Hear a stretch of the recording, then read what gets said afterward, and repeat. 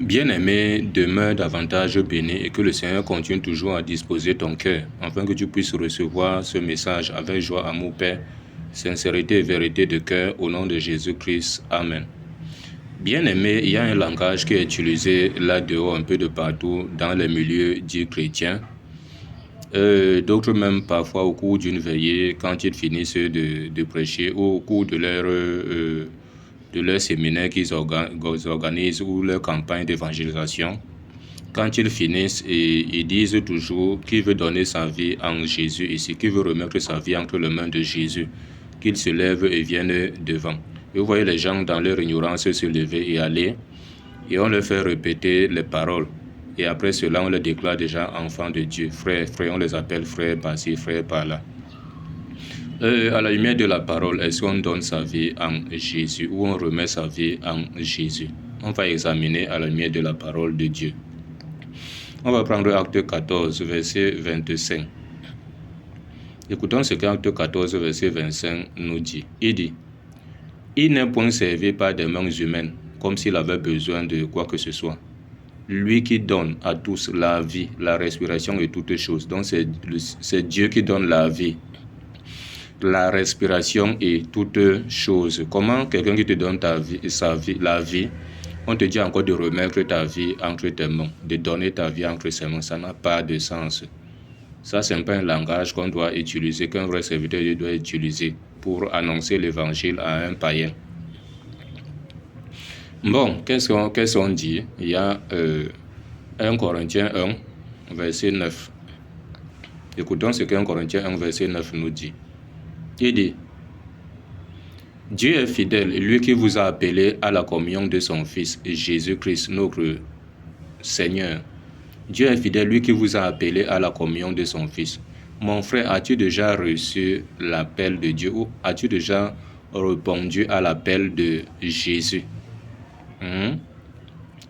As-tu déjà reçu l'appel de Jésus ou as-tu déjà répondu à l'appel de Jésus? Il y a aussi 1 Pierre 5. 1 Pierre chapitre 5, verset 10.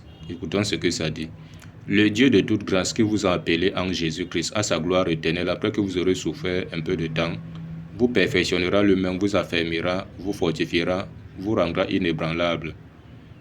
Le Dieu de toute grâce qui vous a appelé en Jésus-Christ. » Mon frère, as-tu déjà reçu l'appel de Jésus?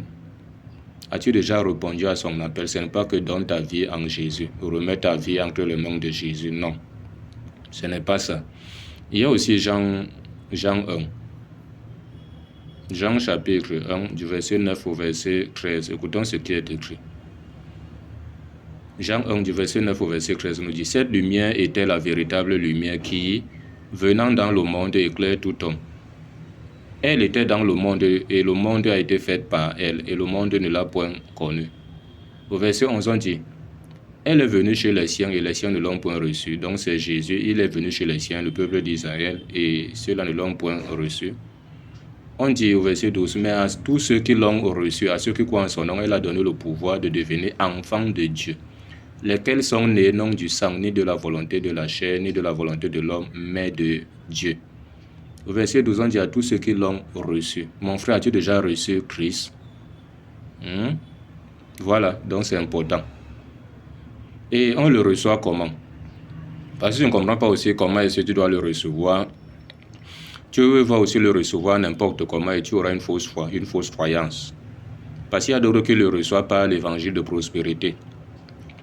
Le genre d'évangile là où on te dit que donne ta vie entre les mains de Jésus, tous tes problèmes sont finis, la pauvreté est finie, tu vas voyager, tu vas te marier, tu seras prospère, tes finances vont commencer à bien marcher. Le diable tout ce que le diable a pris, tu vas arracher tout ça et tu vas renverser l'homme fort. Ainsi de suite, tu auras les bébés, tu auras ceci. Bon, vous connaissez mieux que quiconque ce genre d'évangile. Est-ce que ici, à la lumière de la parole, un disciple a annoncé ce genre d'évangile? Il n'a pas annoncé ça. C'est pour cela que Pierre a dit là-bas, à Acte 2, verset 38. Il dit, « Repentez-vous et que chacun de vous soit baptisé au nom de Jésus-Christ pour le pardon de vos péchés, vous recevez le don du Saint-Esprit. » Repentez-vous. On n'a pas dit là-bas que Pierre ne leur prêchait pas tout autre chose sinon la repentance. Parce que Jésus même a aussi annoncé la repentance, y compris même Jean-Baptiste.